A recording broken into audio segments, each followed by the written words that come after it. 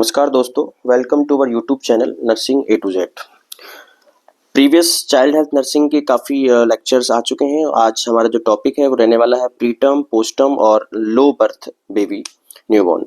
ये भी बहुत इंपॉर्टेंट टॉपिक है और इसी वजह से आज हम इनकी थ्योरी आपको पहले पढ़ाएंगे एंड देन इनसे जुड़े हुए जो भी क्वेश्चंस प्रीवियस ईयर में पूछे गए हैं वो आपको आज बताने वाले हैं। तो चलते हैं आगे, बढ़ते हैं आज के थ्योरी लेक्चर पर। देखिए, सबसे पहले आपको हम बता दें, बात अगर करें प्रीटर्म की, तो आपको मैंने पहले भी कई बार बताया है कि प्रीटर्म जो बेबी होते हैं वो ऐसे बेबी हैं जो समय से पहले डिलीवर हो गए हैं। तो हम बात करें अगर प्रीटर्म बेबी के बारे में, तो ऐसे बेबी जिनकी डिलीवरी 37 वीक से पहले हो गई है उनको हम प्रीटर्म कह रहे हैं। क्या कह रहे हैं? उनको हम प्रीटर्म कह रहे हैं। चलते हैं इसके असेसमेंट फाइंडिंग्स पे कि क्या क्या हमको देखने को मिलेगा एक प्रीटर्म बच्चे के अंदर। तो सबसे पहले तो आप ध्यान देंगे कि उसका जो बर्थ वेट है वो बिलो रहने वाला है लगभग 2.5 kg से। ऐसा देखा गया है कि प्रीटर्म बेबी के अंदर 2.5 किलो से कम वजन होता है। ठीक है। उसकी जो लेंथ है वो भी लगभग 44 सेंटीमीटर से कम रहने वाली है। ठीक है। उसका जो हेड सर्कमफेरेंस है और उसका जो चेस्ट सर्कमफेरेंस है वो भी क्या होने वाला है, डिक्रीज होने वाला है। लेकिन इसी चीज को अगर वो ये कहे कि हेड सर्कमफेरेंस और चेस्ट सर्कमफेरेंस का जो डिफरेंस है वो कैसा हो जाएगा, तो वो बढ़ जाएगा। आप इसको निकाल के अगर देखेंगे एग्जाम्पल से तो आपको बढ़ा हुआ देखने को मिलेगा। तो ये टॉपिक भी ध्यान देना आप। तीसरा क्या होता है, वर्निक्स कैसियोसा। मैंने आपको बताया वर्निक्स कैसियोसा क्या होता है प्रीवियस लेक्चर्स के अंदर। तो वर्निक्स कैसियोसा जो है प्रीटर्म बच्चे के अंदर ज़्यादा देखने को मिलता है। कैसे देखने को मिलता है? ज़्यादा देखने को मिलता है जो लगभग cover all body parts. Preterm बच्चे के अंदर लगभग सारे के सारे जो बॉडी पार्ट्स हैं उनको ये कवर करके रखेगा। अगली अगर हम बात करें तो उसके जो नेल्स कैसे रहने वाले हैं, उसके जो नेल्स हैं वो शॉर्ट रहने वाले हैं, शॉर्ट नेल्स मिलेगा उसके अंदर। उसकी जो ब्रेस्ट बड्स होंगी उनकी साइज जो है वो 5 mm से कम रहेगी। ये किसी ऑप्शन में पूछा गया था नोट सेट में, इस पर ध्यान देंगे। उसका जो लेनुगो है, जो बॉडी हेयर्स होते हैं, मैंने आपको बताया था लेनुगो जो है वो एक प्रीटर्म बच्चे के अंदर मैक्सिमम मिलते हैं। क्या मिलते हैं? मैक्सिमम मिलते हैं, थिनी हेयर्स जो होते हैं। साथ में उसका जो ईयर पन्ना रहेगा, जो उसका ईयर पिन्ना रहेगा वो इमैच्योर की वजह से कैसा रहेगा? सॉफ्ट रहेगा, बहुत ज़्यादा सॉफ्ट रहेगा। ठीक है। इसमें कई बार पूछा गया है कि स्किन कैसे मिलती है, तो इसकी जो स्किन है वो मिलेगी प्लेथोरिक। कैसी मिलेगी? अब ये प्लेथोरिक स्किन क्या होती है? प्लेथोरिक स्किन जो होती है वो अगर हम देखें तो वो होती है रेड कलर की स्किन। कैसी कलर की स्किन? रेड कलर की स्किन। ठीक है। जनरली बेबी कैसा होता है? अरे नॉर्मल बेबी की स्किन कैसी होती है? पिंक होती है। लेकिन नॉर्मल पिंक होती है, लेकिन प्रीटर्म में कैसी मिलेगी? रेड कलर की स्किन मिलेगी, जिसको साइंटिफिक टर्म में हम क्या बोलेंगे? प्लेथोरिक स्किन बोलेंगे। इसके बाद साथ में इसके इमेच्योर पाल्मर क्रीजेस मिलेंगी। उसकी जो हाथ की हथेली की जो रेखाएं हैं वो इमेच्योर होंगी। साथ में उसको आरडीएस के साइन मिलेंगे उसके अंदर। क्या मिलेंगे उसके अंदर? आरडीएस के साइन, रेस्पिरेटरी डिस्ट्रेस सिंड्रोम के। और मैं आपको बता दूं ये मोस्ट कॉमन सिम्टम है किसके अंदर? प्रीटर्म के अंदर। इसको पूरा लिख देते हैं इसलिए अपन, रेस्पिरेटरी डिस्ट्रेस। मैंने आपको रेस्पिरेटरी डिस्ट्रेस सिंड्रोम जो है एक लेक्चर के अंदर पूरा डिस्क्राइब किया हुआ है, जहां से आप इसको पढ़ सकते हैं। ठीक है। याद रखेंगे कि ये कैसा है? मोस्ट कॉमन है। अरे कैसा है? ये मोस्ट कॉमन सिम्टम जो है प्रीटर्म के अंदर है। दूसरा हम बात करें, ऐसे बच्चों के अंदर देखा गया है एक टर्म होती है जिसको बोलते हैं क्रिप्टोक्रिडिज्म। क्या बोलते हैं? क्रिप्टोक्रिडिज्म। ये ऐसी कंडीशन है जिसके अंदर जो उसके टेस्टिस होते हैं वो कैसे होते हैं? अनडिसेंडेंट होते हैं। मतलब कि जब बच्चा डिलीवर होता है तो एक नॉर्मल प्रोसेस है जिसमें उसके जो टेस्टिस हैं वो स्क्रोटम में आ जाते हैं। किस में आ जाते हैं? स्क्रोटम में आ जाते हैं। लेकिन ये जो पढ़ रहे हैं हम प्रीटर्म के अंदर जनरली अगर 37 वीक के बाद प्रोसेस स्टार्ट होनी शुरू होती है। लेकिन ये अगर पहले ही पैदा हो गया तो इसमें जो इसके टेस्टिस हैं वो कहाँ रह जाएंगे? वो एब्डोमिनल कैविटी में ही रह जाएंगे।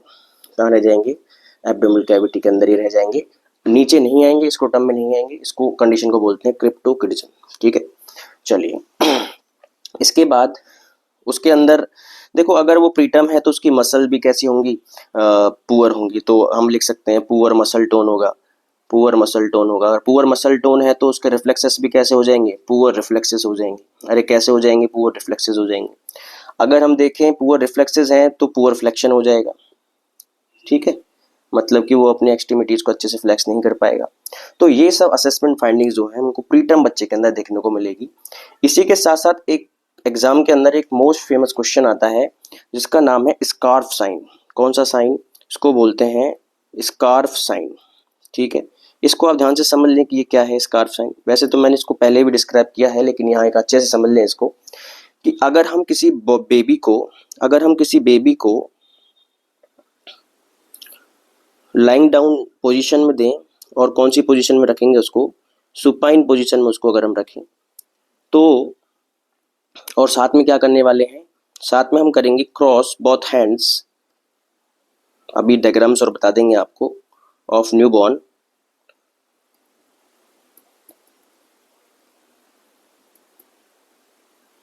देखिए उसके जो हाथ हैं उनको हम कैसे करेंगे। मान लीजिए कि ये एक सरफेस है, इसमें हमने एक बेबी को लिटाया है।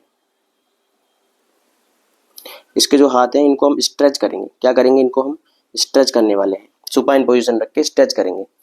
तो रिजल्ट क्या देखने को मिलते हैं, वो आपको हम बता देते हैं। हम उसको एल्बो जो होती है, और हम कहाँ तक उसको स्ट्रेच करेंगे, एल्बो जो होती है, एल्बो में होता है एक एंटी क्यूबाइटल फोसा। देखिए दोस्तों, जो यहाँ पे लिखा हुआ है एक एक वर्ड पे आप ध्यान देना। एग्जामिनर जो है क्वेश्चंस के ऑप्शन में एक एक वर्ड डालेगा और पूछेगा कि इनमें से कौन सा स्कार्फ साइन है, तो उसमें आपको ये सब वर्ड्स काम आने वाले हैं। ठीक है, तो जो एंटी क्यूबाइटल फोसा है उससे हम इसको क्या करेंगे, स्ट्रेच करेंगे। अगर वो एंटी क्यूबाइटल फोसा को, ये जो कोहनी वाला, इसका जो एल्बो वाला कोहना है, इसको अगर वो क्रॉस कर जाता है, इस तरीके से वो क्रॉस करेंगे, अगर वो क्रॉस कर जाता है तो ये साइन पॉजिटिव है, और अगर ये क्रॉस नहीं कर पाता है तो वो साइन नेगेटिव है। पॉजिटिव का मतलब है कि उसके जो मसल हैं वो इमेच्योर है। कैसी हैं, इमेच्योर है। और ये क्या, इसका मतलब वो बच्चा कैसा है, प्रीटर्म है। अरे कैसा बच्चा है वो, प्रीटर्म है। ठीक, और अगर ये क्रॉस नहीं होता है तो उसकी मसल कैसी हैं, मैच्योर है। अरे कैसी हैं, मैच्योर है। तो हम कह सकते हैं कि वो प्रीटर्म बच्चा नहीं है। क्या नहीं है, प्रीटर्म बच्चा नहीं है। तो पॉजिटिव आने के केस में कैसा रहेगा, प्रीटर्म, और नेगेटिव आने के केस में कैसा रहेगा, नॉर्मल। समझ में आ गया आपको। नेक्स्ट अगर देखें तो जैसे जिस तरीके से हमने पढ़ा प्रीटर्म, ऐसे ही होता है एक पोस्ट टर्म। क्या होता है, अरे ऐसा कोई ज़रूरी नहीं है कि बच्चा हमेशा पहले ही पैदा हो। कभी कभी बच्चा पैदा होने में देरी भी हो जाती है, और उसको हम क्या कहेंगे, अगर डिलीवरी जो है बेबी की वो 42 वीक के बाद हो रही है। कब हो रही है, 42 वीक के बाद हो रही है, तो उसको हम क्या कहेंगे, पोस्टम कहेंगे। इसकी असेसमेंट फाइंडिंग्स की बात करें तो जो उससे अलग हैं वो आपको हम बता देते हैं। ठीक है, असेसमेंट फाइंडिंग्स में वर्निक्स कैसियोसा, मैंने आपको बताया था, वर्निक्स कैसियोसा जो है जितना लेट होगा बच्चा उसमें उतना ही कम होगा, तो हम कह सकते हैं पोस्टम में ये एब्सेंट रहने वाला है। नेल्स जो है उसको कैसे हो जाएंगे, नेल्स जो है उसके लॉन्ग हो जाएंगे। ठीक है, और इसकी स्किन के बारे में अगर बात करें तो उसमें तो कैसी थी, प्लेथोरिक थी, रेड कलर की। इसके अंदर देखने को मिलती है जिसको बोलते हैं अपन पार्चमेंट लाइक स्किन। अब ये पार्चमेंट लाइक स्किन क्या होती है, पार्चमेंट लाइक स्किन का मतलब होता है, कभी आपने देखा है ओल्ड लेदर की कोई जैकेट आपके पास रखी हो तो उसकी जो ऊपर की कवरिंग है वो किस तरीके से पीलिंग सी, ड्राई सी हो जाती है, उसको बोलते हैं। तो ओल्ड लेदर लाइक जो स्किन होती है उसको हम क्या बोलेंगे, पार्चमेंट, या इसको बोल देते हैं ड्राई पीलिंग स्किन। ठीक है, सूखी सी और जो निकल रही हो उस तरीके की स्किन क्या बोलेंगे, पार्चमेंट लाइक स्किन, जो इसका सिम्टम है। साथ में किसका इंपॉर्टेंट जो है वो है थिन एंड लॉन्ग बॉडी जो है, बॉडी जो है इसकी थिन और लॉन्ग रहने वाली है। कैसे रहने वाली है, लॉन्ग रहने वाली है। अब ऐसा क्यों है? आप कहेंगे कि ऐसा क्यों है? ऐसा इसलिए है कि प्लेसेंटा जो है एक समय तक ही उसको न्यूट्रिशन दे रही है। अब मान लो कि हम लेके चलें कि 37 वीक तक उसको न्यूट्रिशन दे, लेकिन अब ये डिले हो रहा है, तो डिले होगा तो उसमें न्यूट्रिशन की कमी हो जाएगी। न्यूट्रिशन की कमी की वजह से वो कैसा देखने को मिलेगा? अपन को थोड़ा सा थिन देखने को मिलेगा। दूसरा, इसके अंदर आपको मसल वास्टिंग देखने को मिलेगी। क्या देखने को मिलेगा? मसल वास्टिंग देखने को मिलेगा। ठीक है, मसल वास्टिंग क्या है? Decrease thickness of muscle. ठीक है, साथ में इसमें आपको देखने को मिलेगा हाइपोग्लाइसेमिया। क्या देखने को मिलेगा? हाइपोग्लाइसेमिया। अरे क्या देखने को मिलेगा इसमें? हाइपोग्लाइसेमिया। हाइपोग्लाइसेमिया क्यों देखने को मिलता है इसके अंदर? देखिए, फर्दर हम एक क्वेश्चन लेंगे, उसमें आपको समझाएंगे कि हाइपोग्लाइसेमिया इसमें अंदर देखने को, इसमें कुछ कॉन्सेप्ट है, वो कॉन्सेप्ट आपको हम आगे समझाएंगे। साथ में जो 2-4 चीज़ों की और बात कर लेते हैं, जैसे कि लेनुगो क्या हो जाएगा? कम हो जाएगा। स्कैल्प हेयर की बात करें तो वो एक्सेसिव हो जाएंगे, क्योंकि बच्चा बड़ा हो गया है ऑटोमेटिक ही एब्डोमेन के अंदर। ब्रेस्ट बर्ड की बात करें तो उसके अंदर 5 mm से कम थी, तो इसके अंदर बढ़ी हुई मिलेगी, लगभग 7 mm से बड़ी मिलेगी। कितनी? 7 mm से बड़ी मिलेगी। साथ में इसमें जो हम मैच्योरिटी चेक करते हैं, वो चेक करने वाले हैं न्यू बलार्ड स्केल से। किससे? न्यू बलार्ड से। एक प्रीवियस शुरू में जब हमने चाइल्ड नर्सिंग क्लासेस स्टार्ट की थी तो हमने आपको बलार्ड स्केल के बारे में बताया था, तो वहां से आप उसको देख लें। ठीक है, चलिए नेक्स्ट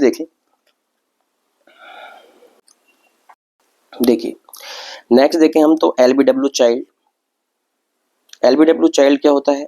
मैंने आपको बताया था, लो बर्थ वेट क्या होती है कि बेबी जो है, इसमें हम 3 तरह की डिवाइड इसको करना चाहेंगे, और तीनों तरह को देखिए आप। एक कहेंगे हम LBW लो बर्थ वेट, एक कहेंगे हम VLBW, और एक होता है ELBW। अब ये क्या है? 3 अलग अलग क्या है? तो इसका तो आप समझ ही गए हैं, लो बर्थ वेट। इसका हो गया है वेरी लो बर्थ वेट। इसका हो गया है एक्सट्रीमली लो बर्थ वेट। क्या हो गया इसका? Extremely low birth weight. ठीक है, क्या क्या डिफरेंस है इसमें लेस देन 2.5 kg रहने वाला है। इसके अंदर कितना रहने वाला है? अगर 1.5 kg से कम है तो उसको बोलेंगे वेरी लो बर्थ वेट, और अगर 1 kg से कम है, 1 kg से कम है, तो उसको बोलेंगे हम एक्सट्रीम लो बर्थ वेट। अब इसकी कुछ इटियोलॉजी भी होगी कि ऐसा क्यों होता है। इटियोलॉजी का मतलब होता है कि ऐसा क्यों होता है। तो इसकी इटियोलॉजी में बहुत सारे कॉजेज होते हैं, जिसमें हम पहले लेंगे कुछ मैटरनल कॉजेज ले लेंगे। क्या ले लेंगे? कुछ मैटरनल कॉजेज की मदर की किसी फिजियोलॉजी या मदर की किसी न्यूट्रिशन की वजह से ऐसा हो रहा हो। तो मैटरनल कॉज में क्या क्या हो सकता है कि मदर जो है वो माल न्यूट्रिश्ड है। मदर जो है वो कैसी है? माल न्यूट्रिश्ड है। हो सकता है मदर को एनीमिया हो। क्या हो सकता है? मदर में एनीमिया हो सकता है, उसकी वजह से हो सकता है। दूसरा, एक टॉर्च इन्फेक्शन होता है, टॉर्च इन्फेक्शन हो सकता है उसके अंदर। ठीक है। तीसरा जो है, मदर जो है वो अल्कोहलिक हो सकती है। साथ में मदर स्मोकिंग करने वाली हो सकती है। साथ में मदर जो है वो ड्रग अब्यूजर हो सकती है। तो ऐसा देखा गया है कि जो ऐसी लेडी होती हैं, उनके जो बेबी होते हैं, उनके अंदर LBW बेबी देखने को। हाइपरटेंशन डिजीज है उसको। हाइपरटेंशन डिजीज जैसे कि प्रेगनेंसी में होती हैं। प्रेगनेंसी में आप सुनेंगे गैस्टेशनल हाइपरटेंशन होता है। उसी के पैथोलॉजिकल जो हाइपरटेंशन बनते हैं, उसमें बनते हैं प्री एक्लेम्सिया। क्या बनते हैं? प्री एक्लेम्सिया, या इसी का एक बड़ा रूप एक्लेम्सिया। ठीक है, ये आप ओबीजी में पढ़ेंगे विस्तृत रूप में। तो एक्लेम्सिया, अगर ये जो है मैटरनल कॉजेज है। अगर हम बात करें कि मैटरनल साथ साथ कुछ फीटल कॉज भी हो सकते हैं। कौन से कॉज हो सकते हैं? फीटल कॉज, की जो बेबी है, एम्ब्रियो है, उसी में कोई दिक्कत हो। तो उसमें क्या क्या हो सकता है? IUGR क्या होती है? Intra uterine growth retardation. मतलब सब कुछ मैटरनल कॉज ठीक है, लेकिन अंदर जो है वो ग्रोथ नहीं कर पा रहा है। दूसरा, मल्टीपल प्रेगनेंसी, जैसे कि जो जुड़वा बच्चे पैदा होते हैं, ट्विंस होते हैं, उसमें हो सकता है कि एक एम्ब्रियो को, एक फीटस को अच्छे से न्यूट्रिशन मिल रहा हो मैटरनल, और एक जो है न्यूट्रिशन उसकी वजह से नहीं ले पा रहा हो। तो मल्टीपल प्रेगनेंसी में भी ये देखा गया है कि LBW बच्चे पैदा होते हैं। और या तीसरा हो सकता है क्रोमोसोमल एबनॉर्मलिटी। क्या हो सकता है? Chromosomal abnormalities. ठीक। इसके अलावा कुछ प्लेसेंटल कॉज भी देखे गए हैं। तो प्लेसेंटल में तो आप सीधा लिख सकते हैं, प्लेसेंटल कॉजेज में आप ले सकते हैं प्लेसेंटल इनसफिशिएंसी, मतलब कि जो हमारा प्लेसेंटा है जो कि मदर से सारी की सारी न्यूट्रिशन जो है बच्चे को पहुंचा रहा है, उसमें कोई अगर दिक्कत हो तो उसको प्लेसेंटल इनसफिशिएंसी कहते हैं। तो ये लो बर्थ वेट के बारे में छोटी सी चीज हो गई है। साथ में आपने क्वेश्चंस में कई बार चीजें पढ़ी होंगी, स्मॉल फॉर गेस्टेशन एज, ठीक है, या अप्रोप्रिएट फॉर गेस्टेशनल एज। तो प्रीटर्म, पोस्टर्म और LBW जो बेबीज हैं उनको कई कैटेगरी में डिवाइड किया गया है WHO ने। तो उसके लिए हम आपको देख लेते हैं कि वो होता क्या है। ठीक है, तो उसके लिए सबसे पहले हम देखें,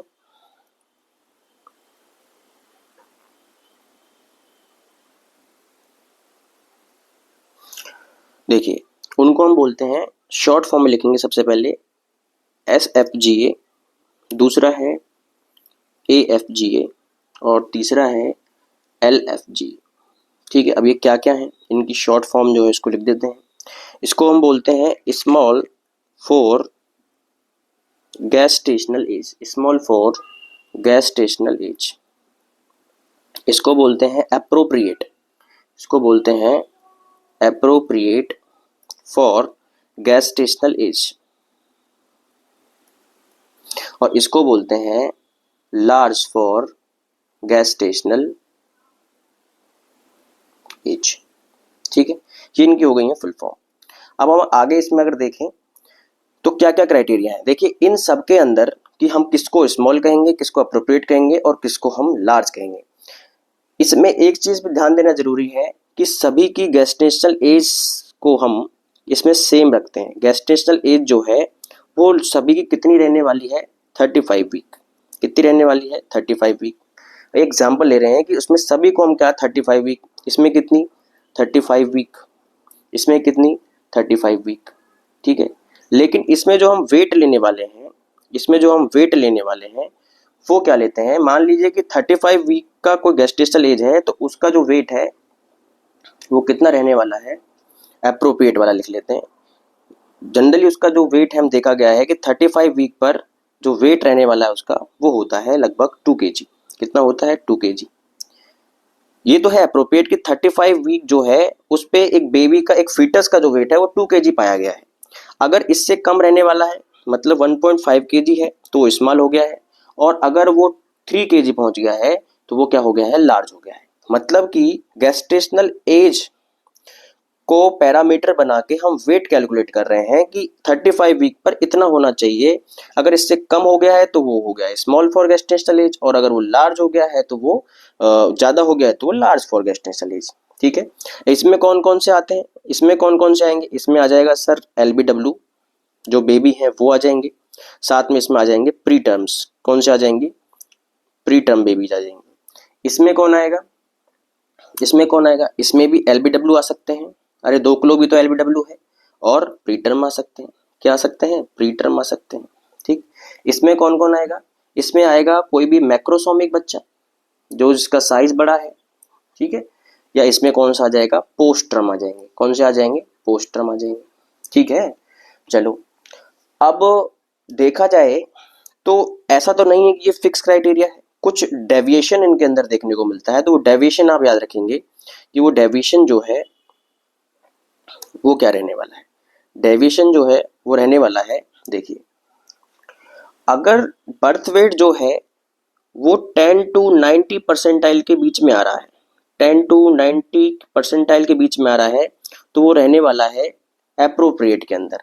अगर लेस देन 10% है, अगर लेस देन 10% है तो वो आने वाला है किसके, स्मॉल फॉर गेस्टेशनल एज के। और जो वेरिएशन है अगर मोर देन 90% है, अगर मोर देन 90% देखने को मिल रहा है, 90% of for their gestational age, for their gestational age, तो वो किस में आएगा, लार्ज में आएगा। ठीक है, अब इनकी हम बात करेंगे इटियोलॉजी के बारे में।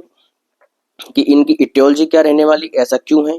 तो इसका इटियोलॉजी जो है सेम एज एलबीडब्ल्यू, क्योंकि इसके अंदर जो बेबी आ रहे हैं सारे कौन से एलबीडब्ल्यू और प्रीटर्म है, तो इसकी इटियोलॉजी भी वही होगी जो एलबीडब्ल्यू बेबी की होती है। ठीक है। अब अप्रोप्रिएट फॉर गेस्टेशनल एज में क्या दिक्कत आएगी, इसके अंदर हो सकता है इसकी जो लेंथ है, इसकी जो लेंथ है वो अनअफेक्टेड है, लेकिन इसके अंदर अफेक्टेड क्या हो गया है, वेट अफेक्टेड हो गया है, टाइम अफेक्टेड हो गया है। ठीक है ना। हम तो मान के चलते हैं कि 37 वीक पर ही बच्चा पैदा होना चाहिए, लेकिन अगर वो 2 वीक कम है और सब चीज लेकिन उसके अंदर सही है, तब उसको हम अप्रोप्रिएट ले रहे हैं। ठीक है। तो इसके अंदर कुछ अलग चीज देखने को मिलेंगे, जैसे कि लेंथ तो अनअफेक्टेड रहेगी, साथ में ड्राई एंड रिंकल स्किन देखने को मिलेगी। ठीक है। इसके अलावा अम्बिलिकल कॉर्ड जो है इसका वो थिन देखने को मिलेगा। कैसा देखने को मिलेगा, थिन। साथ में वो अलर्ट रहेगा, एक्टिव रहेगा, मतलब कि ऐसा नहीं है कि दिक्कत नहीं है, दिक्कत तो है, लेकिन फिर भी कंपैरिजन किया जाए और किसी से तो वो सही है। अब जो इसकी इटियोलॉजी है उसके अंदर क्या आएगा, डायबिटिक जो मदर होती हैं, डायबिटिक जो मदर होती हैं उनमें अधिकतर ये सब देखने को मिलता है, उनका बच्चा मैक्रोसोमियम पैदा होता है। ठीक है। या इस तरीके कोई जेनेटिक कोई डिसऑर्डर हो तो ऐसे देखने को मिलता है। ठीक है। तो ये आपको समझ में आ गया है कि ये सब चीजें क्या होती हैं, इनसे काफी क्वेश्चंस पुटअप होते हैं, तो आप ये चीज जो है ध्यान रखेंगे। ठीक है। साथ में आप अगर हम देखें कि ये जो है स्मॉल फॉर गेस्टेशनल एज, इसके को प्रिवेंट कैसे कर सकते हैं, मैनेजमेंट हम देख रहे हैं इन सब का। हम मैनेजमेंट तो जनरली सबका ही देख रहे हैं, किस किस का हम देख रहे हैं, हम देख रहे हैं कि मैनेजमेंट देख रहे हैं सबका, चाहे वो प्रीटर्म हो, चाहे वो पोस्ट टर्म हो, चाहे वो एलबीडब्ल्यू हो, चाहे वो एसएफजीए हो, चाहे वो एएफजीए हो, चाहे वो एलएफजीए हो। ठीक है। सबका देख रहे हैं। इसमें इंपॉर्टेंट आप ध्यान रख लेना कि एसएफजीए जो है या ये जो है इनके लिए एंटीनेटल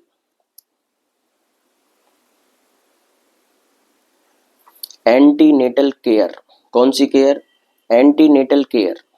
ठीक है।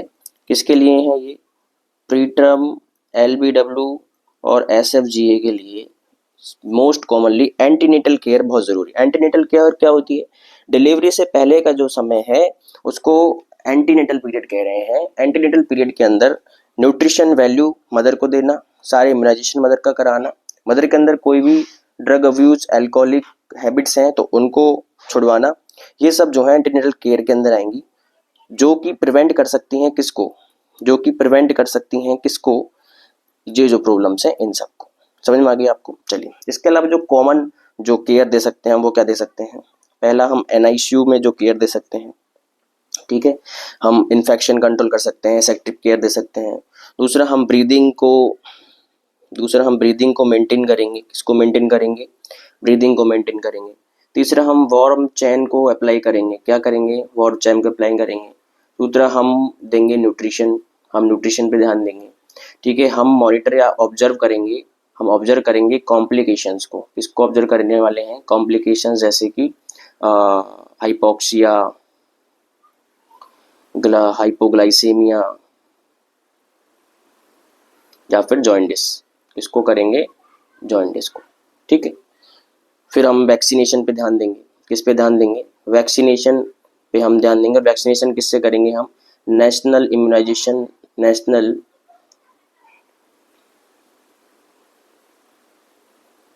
शेड्यूल जो है हम उसके हिसाब से जो है उसका वैक्सीनेशन करेंगे। ठीक है।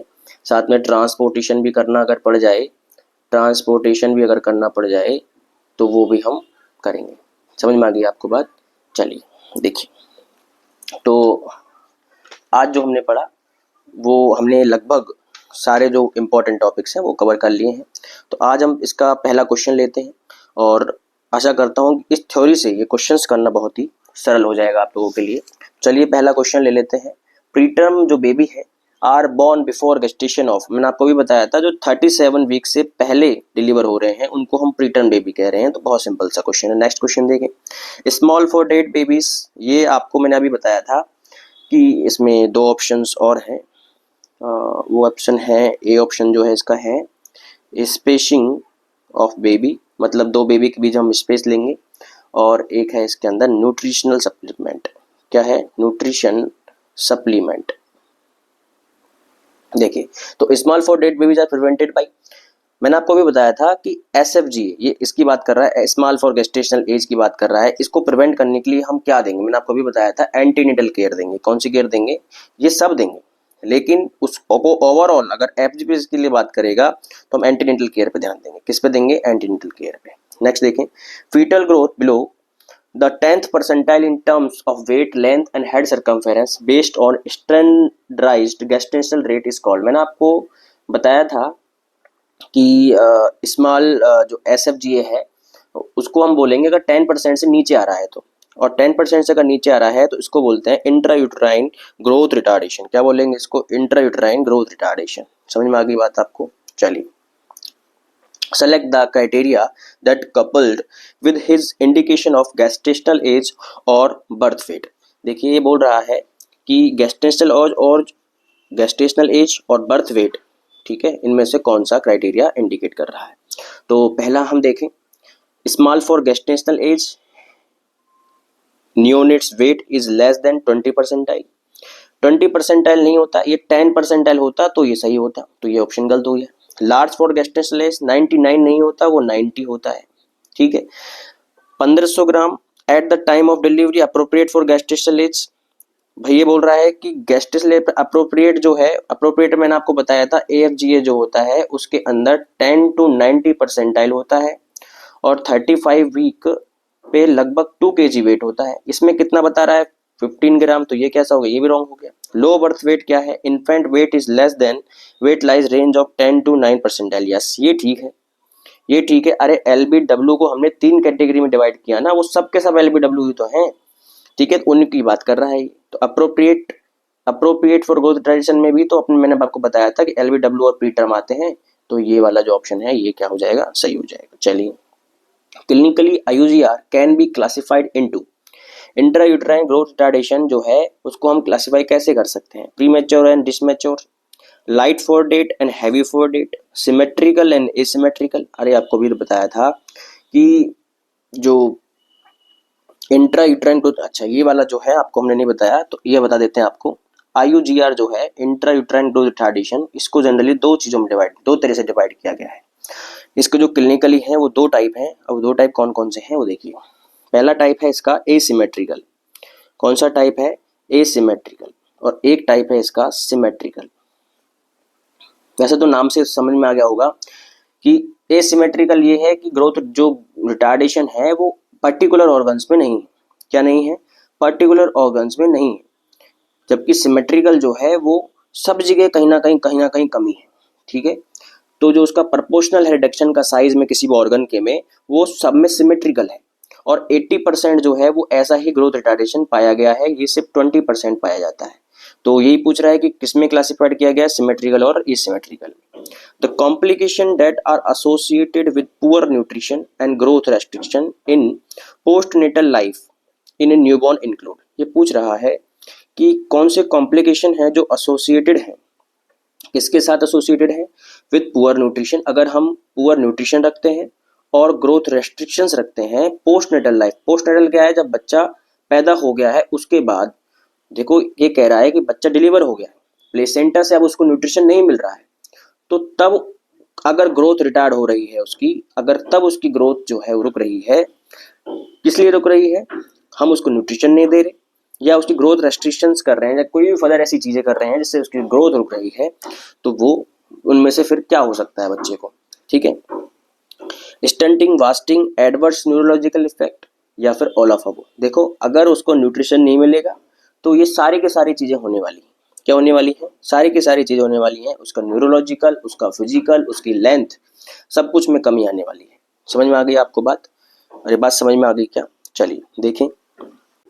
देखिए इसमें 2 टर्म बहुत अच्छी दी गई हैं जिनको आप समझ लें। कई बार डायरेक्ट इनसे क्वेश्चन पूछा गया है, स्टंटिंग और वास्टिंग। ये स्टंटिंग और वास्टिंग होता क्या है? देखिए स्टंटिंग क्या है? स्टंटिंग है एज के अकॉर्डिंग अगर उसकी हाइट कम हो जाए, एज के अकॉर्डिंग उसकी अगर हाइट कम है, अगर एज के अकॉर्डिंग उसकी हाइट कम है तो उसको हम कहेंगे स्टंटिंग। मान लो कि एक पर्टिकुलर एज है, 1 साल का बच्चा है, उसकी कुछ पर्टिकुलर हाइट x सेंटीमीटर होनी चाहिए, उसकी x सेंटीमीटर ना होके 0.1 x सेंटीमीटर है, तो ये क्या हो गई, कम हो गई है। तो एज के अकॉर्डिंग अगर उसकी कम हो रही है तो उसको हम क्या कहने वाले हैं, स्टंटिंग। और अगर एज के अकॉर्डिंग उसका वेट लॉस हो जाए, अगर उसका एज के अकॉर्डिंग वेट लॉस हो जाए, मान लीजिए कि 5 महीने पर, मान लीजिए कि पैदा होती उसका 2.5 था और 5 महीने पे उसका हो जाना चाहिए लगभग 5 kg, लेकिन उसका 5 kg ना होके 3 kg रह गया है, तो इसको हम क्या कहेंगे, उसका वेट कम जो हो गया है, क्या हो गया, उसका वेट कम हो गया है। ठीक है, तो उसको हम बोलेंगे वास्टिंग। क्या बोलेंगे उसको हम, वास्टिंग। चलिए इसका answer all of above. After what minimum period of preterm infant can be directly put to breast gestation for adequate breastfeeding? ये बोल रहा है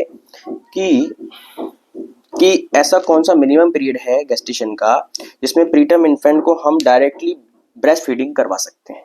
ठीक है, तो ऐसा देखा गया है कि 34 वीक का जो बेबी है वो ब्रेस्ट बर्ड से डायरेक्टली कर सकता है। इससे कम का जो बेबी है वो इतना एबल नहीं होता है कि डायरेक्टली वो सक कर सके, तो उसको हम फर्दर एनजी फीडिंग से या फिर फर्दर और सब चीज़ों से उसको फीड कराते हैं। ठीक है, नेक्स्ट देखें। What is the most common complication for which a nurse must monitor preterm infant? मैंने आपको बताया था प्रीटर्म के अंदर मोस्ट कॉमन कॉज जो होने वाला है वो रेस्पिरेटरी डिस्ट्रेस होने वाला है। क्या होने वाला है, रेस्पिरेटरी डिस्ट्रेस होने वाला है, इसको हम RDS भी कहने वाले हैं। तो respiratory distress. Immediate management of preterm neonate include of following. एक प्रीटर्म नियोनेट है तो उसमें हम क्या क्या करते हैं, तो पहला है cord to be clamped quickly, ये तो हम जनरल करते हैं, तो करने वाले हैं। Cord length is kept long while cutting, जो कॉर्ड की लेंथ है उसको क्या हम थोड़ी सी लंबी रखेंगे। हाँ, ऐसा हम रख सकते हैं क्योंकि प्रीटर्म बच्चा है, तो प्रीटर्म बच्चे के अंदर जो है पहले से ही जो है चीज़ें कम है। ठीक है, तो हम चाहते हैं कि कॉम्प्लिकेशंस फर्दर ना हो ज़्यादा। हमको नहीं पता है कि कहाँ जॉइंट है, कहाँ से मिक्सिंग हो जाएगी, तो हम उसको थोड़ा सा लंबा काटते हैं एज कम्पेयर। वैसे जनरली हम जो है 5 सेंटीमीटर रखते हैं, लेकिन इसमें हम 6 to 7 सेंटीमीटर लगते हैं, जिससे कि जो उसकी अम्बिलिकल कॉर्ड वगैरह है वो जो इमेच्योर है वो कट ना लग जाए। Air passes should be clear, हाँ हम उसका एयरवे जो है वो तो क्लियर रखेंगे। ये तो हम किसी भी नॉर्मल बच्चे के अंदर भी फर्स्ट प्रायोरिटी पे जाता है, तो ऑल ऑफ वो is right answer. Sign and symptom of which of following would be priority when caring for a newly delivered unit diagnosed for small for gestational age? ये बोल रहा है स्मॉल फॉर गेस्टेशनल एज है, मतलब कि 10 percentile से उसका wait कम है, लगभग 35 वीक का अगर माने तो उसका वेट कितना है, 1.5 kg है, कम है। ठीक है, तो इसमें इंक्लूड हम किस किस को करते हैं, हम प्रीटर्म को करते हैं और LBW को करते हैं। उन्हीं की कह रहा है कि हम इसमें जो है इंपॉर्टेंट क्या रखेंगे। मैंने आपको बताया था कि प्रीटर्म हो LBW हो, उसमें मोस्ट कॉमन जो सिम्टम देखने को मिलेगा वो मिलेगा RDS का, और अगर RDS फर्दर नहीं है तो मिलता है बर्थ एक्सपेक्सिया का, जो कि दोनों की दोनों ही रेस्पिरेटरी से संबंधित है। किससे संबंधित है, एस्फेक्सिया, जिसको हम बोलते हैं inability to breathe, inability to breathe properly. ठीक है, तो इसको हम राइट आंसर देंगे। नेक्स्ट देखें, a newborn who is above the 90 percentile. मैंने आपको बताया था कि अगर 90 परसेंटाइल से अबव है तो सीधा सा दिमाग में चला जाना चाहिए लार्ज फॉर गेस्टेशनल एज है। क्या है, लार्ज फॉर गेस्टेशनल एज है, उसी की पूछ रहा है कि किस श्रेणी में वो आने वाला है।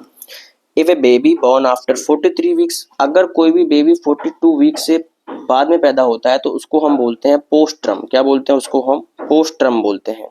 ठीक है, तो या पोस्ट टर्म या पोस्ट मैच्योर इन्फेंट, क्या बोलेंगे उसको, पोस्ट टर्म या post mature. Which of following is are sign of a post mature newborn? मैंने आपको बताया था कि उसके फिंगर नेल्स बड़े होंगे। ठीक है, ये बोल रहा है स्मूथ एंड सपल स्किन, नहीं स्मूथ थोड़ा ना होती है उसकी, तो कैसी होती है, parchment paper like skin, parchment होती है, जैसे कि हम बोल रहे थे ओल्ड लेदर, क्या बोल रहे थे इसको हम, ओल्ड लेदर लाइक स्किन होती है। ठीक है, लॉन्ग ब्रिटल फिंगर नेल्स, क्या आंसर आने वाला है बताइए। मैंने आपको क्या क्या ऑप्शन दिए थे। यस, अगर वो LBW होता या वो प्रीटर्म होता, प्रीटर्म के अंदर कैसे मिलते हैं, शॉर्ट, अरे कैसे मिलते हैं शॉर्ट, तो पोस्ट टर्म के अंदर कैसे मिलेंगे, लॉन्ग मिलेंगे। ठीक है, तो यही आंसर सही लग रहा है। तीसरा देखें, वेल डेवलप आईब्रो, तो आईब्रो जो है वो तो इसका जो है मोस्ट कॉमन साइन में नहीं आता है। Creases in soles of feet, ये सब भी हैं, लेकिन मोस्ट जो आंसर है पोस्ट मैच्योर का वो है long brittle finger nails. Next देखें, the baby looks thin and old, skin wrinkled, absence of moulding, these are feature of, क्या लिख रहा है, बेबी की स्किन थिन है और ओल्ड है। देखो ओल्ड स्किन मैंने आपको बताया था, ओल्ड है, थिन है, तो ये कैसे साइन है, पोस्ट टर्म के साइन है, ये किसके साइन है, पोस्ट टर्म के। एब्सेंस ऑफ मोल्डिंग, ये बोल रहा है वर्निक्स कैसियोसा, लेनुगो, ये सब कम किस में होते हैं, ये सब कम किस में होते हैं, पोस्ट टर्म के अंदर होते हैं। देखिए, if A baby born after 43 weeks, ये वही pre mature sorry post mature की बात कर रहा है। नेक्स्ट क्वेश्चन वही सेम क्वेश्चन है। नेक्स्ट देखें, a woman has given birth eight 42 weeks of gestation when assessing the neonate which physical finding is expected. वही बोल रहा है कि 42 वीक्स पे हुआ है, न्यूनेट को हम असेस कर रहे हैं, तो क्या क्या देखने को मिल सकता है। वैसे तो 42 वीक तक नॉर्मल है, लेकिन 42 वीक को हम अभी पोस्ट टर्म मान के ही चलेंगे। अगर क्वेश्चन कह रहा है तो उसके हिसाब से हम चलेंगे, तो पोस्ट टर्म मान के चलेंगे, तो वही सब चीजें देखेंगे आप। Lanugo covering the body, post term में क्या लेनुगो होते हैं, क्या कम होते हैं, ठीक है, तो कवरिंग तो पूरे करेगा ही नहीं, ठीक है। तो इसके अलावा और क्या देखने को मिल सकता है, वर्निक्स कैसियोसा कवरिंग द बॉडी नहीं, एब्सेंस होता है, क्या होता है, एब्सेंट होता है, 2 ऑप्शन तो कट गए। तीसरा स्लीपी लिथार्जिक बॉडी नहीं, स्लीपी लिथार्जिक नहीं, एक्टिव होता है बच्चा। दूसरा है डिक्यूमेशन ऑफ एपिडर्मिस, यस, ये उसी की बोल रहा है कि उसकी जो स्किन है वो पर्चमेंट पेपर लाइक हो जाती है, पर्चमेंट लाइक हो जाती है, ओल्ड हो जाती है, लेदर लाइक हो जाती है, पीलिंग होती है एंड ड्राई होती है, ठीक है, उसी की बात कर रहा है। तो डिक्यूमेशन ऑफ एपिडर्मिस। आज का लास्ट क्वेश्चन लेंगे, the most common problem encountered by postterm neonatal with meconium aspiration. बोल रहा है कि द मोस्ट कॉमन प्रॉब्लम जो देखी गई है पोस्टम न्यूनेट के अंदर वो देखी गई है मिकोनियम एस्पिरेशन। देखो जनरल जो बच्चा पैदा होता है तो वो कुछ मिल्क विल्क पीता है, उसके बाद उसके अंदर मिकोनियम बनता है, लेकिन अब तो वो पहले ही पेट के अंदर ही वो बहुत ज़्यादा समय तक रह लिया है, तो उसका चांसेस है कि हमने बताया था कि नॉर्मल जो है मेकोनियम 48 आवर्स के बीच में निकल जाता है, लेकिन वो 48 आवर्स जो है वो तो उसने अपनी मदर की यूट्रस में ही बिता दिए हैं। तो पॉसिबिलिटी पूरी है कि वो मेकोनियम एस्पिरेट कर जाएगा। और मेकोनियम एस्पिरेट से कौन सी प्रॉब्लम होने वाली है, सीधी सी बात है, एस्पिरेशन से हमेशा गैस रेस्पिरेटरी प्रॉब्लम होती है। कौन सी प्रॉब्लम होती है, रेस्पिरेटरी प्रॉब्लम होती है।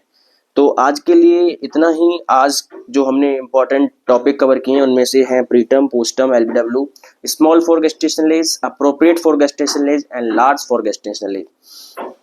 तो जो आशा है कि आज जो क्वेश्चंस हमने किए हैं वो हमारी थ्योरी से सारे कंप्लीट हो जाएंगे। सबसे इम्पोर्टेंट जो आज रहने वाला था वो रहने वाला था ये वाला टॉपिक, तो इसको आप बहुत भली भांति से समझ लें। इसमें हम क्या करते हैं, गेस्टेशनल एज जो है उसके अकॉर्डिंग देखते हैं उसका वेट। मान लो कि किसी पर्टिकुलर एज के अंदर इतना वजन होना चाहिए था, तो उसके अगर उतना ही वजन है तो उसको हम अप्रोप्रिएट कह देते हैं, उससे कम है तो हम कम कह देते हैं, उससे ज़्यादा है तो हम ज़्यादा कह देते हैं, ठीक है। और उसका जो क्राइटेरिया रखा गया है वो परसेंटाइल बेसिस रखा गया है कि अगर वेरिएशन जो है 10 to 90 परसेंटाइल है, ठीक है, मतलब 10 to 90 परसेंटाइल तक ही वेरी कर रहा है तो वो अप्रोप्रिएट है। लेकिन अगर इससे कम कर रहा है 10 से तो उसको हम स्मॉल में ले लेते हैं, अगर वो 90 से ज़्यादा कर रहा है तो उसको हम लार्ज में ले लेते हैं, ठीक है। वो जनरली डायबिटिक मदर और जेनेटिक प्रॉब्लम्स में अंदर देखने को मिलता है। डायबिटिक मदर के अंदर बच्चा जो देखा है आपने वो थोड़ा सा बड़ा भी पैदा होता है, मैक्रोसोम में उनके अंदर देखने को मिलता है, ठीक है। तो आज के लिए इतना ही, धन्यवाद।